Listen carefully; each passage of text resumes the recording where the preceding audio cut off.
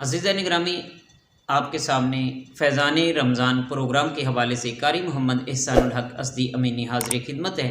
تو آپ دوستوں سے گزارش ہے کہ جس نے میرے یوٹیوب چینل کو سبسکرائب نہیں کیا وہ سبسکرائب کریں، کیونکہ وہاں پر آپ کو اسلامی ویڈیوز ملیں گی، آپ کو درس قرآن، درس حدیث شریف، درس فیضان آب کوثر اور اصلاحی و تربیتی نشست کے پروگرام آپ کو ملیں گے اور دینی سوالات کے جوابات آپ کو ملیں گے۔ تو دعا ہے کہ اللہ رب العالمین ہم سب کو نیکی کے کاموں میں ایک دوسرے کی مدد کرنے کی توفیق عطا فرمائے۔ عزیزان گرامی، دیکھیے رمضان مبارک کی کیا برکتیں، بہاریں، فضیلتیں، رحمتیں ہی رحمتیں ہیں۔ ہر طرف رمضان مبارک کی رونقیں ہی رونقیں نظر آتی ہیں کہ رمضان مبارک میں ہر آدمی دیوانہ دیوانہ نظر آتا ہے۔ تو یہ رمضان مبارک کی برکتیں ہیں، رمضان مبارک کی بہاریں ہیں۔ آئیے دیکھتے ہیں کہ حقائق میں ذکر آتا ہے کہ ایک شخص ہے جس کا نام محمد تھا، وہ تمام سال نماز نہ پڑھتا تھا۔ جب رمضان شریف کا متبرک مہینہ آتا تھا تو وہ پاک صاف نئے کپڑے پہن کر، دھلے ہوئے صاف کپڑے پہن کر پانچوں وقت کی پابندی کے ساتھ نماز پڑھا کرتا تھا، پانچوں وقت کی پابندی کے ساتھ نماز پڑھا کرتا تھا۔ تو عزیزان گرامی، بلکہ وہ پچھلی نمازیں بھی اپنی قضا کیا کرتا تھا۔ لوگوں نے ان سے پوچھا تو ایسا کیوں کرتا ہے؟ تو اس نے کہا کہ یہ رمضان مبارک کا مقدس اور بابرکت مہینہ ہے، توبہ استغفار کا مہینہ ہے، میں اس لیے کہتا ہوں کہ اللہ تعالیٰ شاید میری بخشش فرما دے، اسی کے صدقہ سے میری بخشش فرما دے۔ تو جب ان کا انتقال ہوتا ہے تو کسی نے اسے خواب میں دے کر پوچھا ما فعل اللہ بیکا، یعنی اللہ تبارک و تعالیٰ نے تیرے ساتھ کیا معاملہ کیا ہے؟ تو انہوں نے آگے سے جواب دیا کہ میرے رب تعالیٰ نے مجھے رمضان شریف کی تعظیم و تکریم کرنے کی وجہ سے بخش دیا ہے، کہ رب تعالیٰ نے رمضان شریف کی تعظیم و تکریم کے بدلے میں مجھے بخش دیا ہے۔ عزیزان گرامی، دیکھیے کہ کیسا رب رحمان ہمارا ہے، کہ جو بندے سے پیار کرتا ہے، اگر وہ بخشنے پہ آئے تو ذرا سی نیکی کے بدلے میں بندے کو جنت عطا فرما دے۔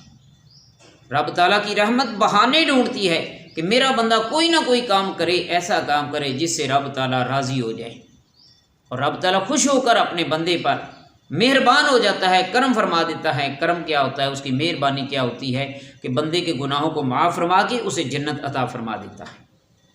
عزیزان گرامی، یہ دیکھیے کہ رمضان مبارک کی برکتیں ہیں، بہاریں ہیں، کہ رمضان مبارک کی ادب و احترام کرنے سے، تعظیم و تکریم کرنے سے آدمی کو جنت مل جاتی ہے، آدمی کی بخشش ہو جاتی ہے۔ لیکن آج کل بدقسمتی سے ہمارے نوجوان ہٹے کٹے، بالکل صحیح و سالم رمضان شریف کا ادب نہیں، نہ روزہ رکھا اور نہ رمضان شریف کا ادب کیا، لوگوں کے سامنے کھا رہے ہیں، پی رہے ہیں، کوئی پرواہ نہیں۔ سگریٹ تو عام ہی چل رہی ہے کہ لوگوں کے سامنے سگریٹیں پی رہے ہیں۔ او بھائی، خدا کا خوف کریں۔ آج یہ زندگی تمہاری عارضی طور پر ہے، یہ جوانی سدا جوانی نہیں رہے گی، سدا نہ ماپے حسن جوانی، سدا نہ صحبت یاراں۔ عزیزان گرامی، ذرا غور کیجئے، ایک نہ ایک دن ایسا آئے گا جس دن آپ کا اعلان ہو جائے گا۔ پھر کیا ہوگا؟ آج بہت بڑا جوان ہے، لیکن پھر کیا ہوگا؟ اگر آنکھیں کھلی ہیں تو آنکھیں بند نہیں کی جا سکیں گی آپ سے، وہ بھی کوئی دوسرا آئے گا آپ کی آنکھوں کو بند کرے گا۔ اگر ہاتھ چارپائی سے نیچے گرا ہے تو وہ بھی اٹھا کر اوپر رکھنے کی طاقت نہیں ہے۔ عزیزان گرامی، کتنا پہلوان ہے تو کوئی زور نہیں ہے۔ خدا را آج اپنی جوانی کے اوپر غرور نہ کیجئے، تکبر نہ کیجئے، گھمنڈ نہ کیجئے، بلکہ عاجزی اور انکساری اپنے اندر لے کر آئیے۔ آج کیا وقت نہیں آیا کہ آپ رب تعالیٰ کے حضور پیش ہونا ہے؟ آپ نے قبر و حشر کا مقام دیکھیں کہ قبر تنگی وحشت کا گھر ہے، کیڑے مکوڑوں کا گھر ہے۔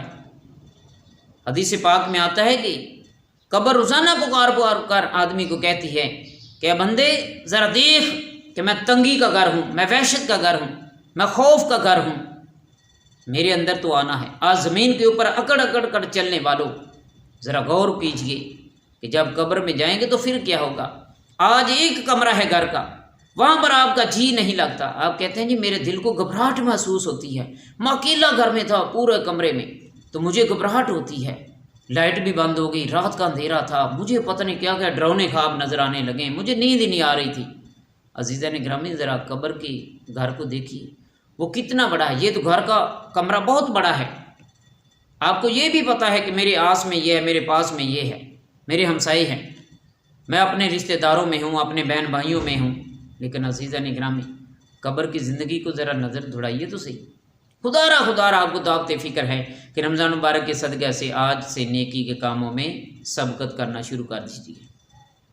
آج کے بعد آپ رمضان مبارک کا ادب کرنا شروع کر دیجیے۔ اگر کسی مجبوری سے آپ روزہ نہیں رکھ سکے تو جنہوں نے روزہ رکھا ان کے خیال کیجیے، رمضان مبارک کا ادب و احترام کیجیے، اپنی سگریٹ پان ان کو پرہیز کیجیے۔ عزیزان گرامی دیکھیے کہ حضور پر نور صلی اللہ علیہ وآلہ وسلم ارشاد فرماتے ہیں کہ اللہ تعالیٰ نے 3 چیزوں کو 3 چیزوں میں مخفی کر دیا ہے، یعنی پوشیدہ رکھا ہے۔ کیا ہے؟ نمبر 1 اپنی رضا کو اپنی اطاعت میں رکھ دیا ہے، اپنی ناراضگی کو اپنی نافرمانی میں رکھ دیا ہے، اور اولیاء کرام کو اپنے بندوں میں رکھ دیا ہے۔ عزیزان گرامی یہ حدیث مبارکہ کا خلاصہ یہ ہے، مفہوم یہ ہے کہ ہر نیکی چھوٹی سے چھوٹی جو ہے اس کو بھی حقیر مت جانیے۔ بے شک بازار سے ایک کانٹا ہی کیوں نہ ہو، ایک روڑ ہی کیوں نہ، چھوٹا سا پتھر کا ٹکڑا کیوں نہ ہو، اسے بھی اٹھائیے اور سائڈ پر کر دیجئے، اس نیت سے کہ کسی مسلمان کے دل کو تکلیف نہ پہنچے، کسی کے جسم کو تکلیف نہ پہنچے۔ ایک کانٹا اٹھائیے سائڈ پر کر دیجئے کہ کہیں ایسا نہ ہو کہ کسی کو تکلیف دے، کسی کے پاؤں میں چبھ جائے۔ صرف اتنا عمل کرنے کے سبب سے اللہ تبارک و تعالیٰ جب بخشنے پہ آتا ہے نا، تو وہ بندے کو صرف ایک کانٹا زمین سے اٹھا کر اس نے سائڈ پہ کیا تھا، اس کے سبب ہی اللہ تعالیٰ بخش دیتا ہے۔ عزیزان گرامی رب تعالیٰ کو تو بندے سے پیار ہی اس قدر ہے کہ رب تعالیٰ نہیں چاہتا میں اپنے بندے کو جہنم رسید کروں، دوزخ کی آگ میں جلتا رہے۔ رب تعالیٰ بخشنے پہ آتا ہے تو وہ تو اپنے بندے پر مہربان اس قدر زیادہ ہے کہ ایک بندہ تھا، اس نے بازار سے ایک کانٹے کو اٹھایا اور سائڈ پہ کر دیا۔ ایک بندہ تھا، اس نے ایک پتھر کے ٹکڑے کو، یعنی چھوٹا سا ٹکڑا تھا، اس کو اٹھایا اور سائڈ پہ کر دیا، یعنی روڑ اس کو اٹھایا اور سائڈ پہ کر دیا۔ تو اللہ تبارک و تعالیٰ نے دونوں کی گناہوں کو معاف کر کے دونوں کو جنت عطا فرما دی۔ میرے مسلمان بھائیوں، آج کیا ہوتا ہے، ہم بازار سے چل رہے ہوتے ہیں، پہلی بات تو یہ ہے کہ ہماری نظر ہی نیچے نہیں ہوتی، ہماری نظر ہی پتہ نہیں کدھر ہوتی ہے۔ بازار میں چل رہے ہیں، ایک پوری اینٹ پڑی ہے، روڑا پڑا ہوا ہے، ہاف اینٹ ہے، پتھر کا ٹکڑا ہے، آپ اسے اٹھاتے نہیں بلکہ اسے ایسے نہ گزر جاتے ہیں۔ میرے مسلمان بھائیوں، خدا را بازار کو صاف کرنا چاہیے، رستے کو صاف رکھنا چاہیے۔ یہ دیکھیے کہ رب تعالیٰ کی رحمت بہانے ڈھونڈتی ہے۔ ایک آدمی صرف اسی سبب سے بخش دیا جائے گا کہ اس نے کیا کیا تھا، ایک پیاسے آدمی کو پانی کا گھونٹ پلایا تھا۔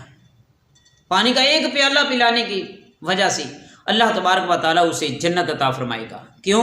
کہ اس نے کسی دوسرے کو پانی پلایا تھا۔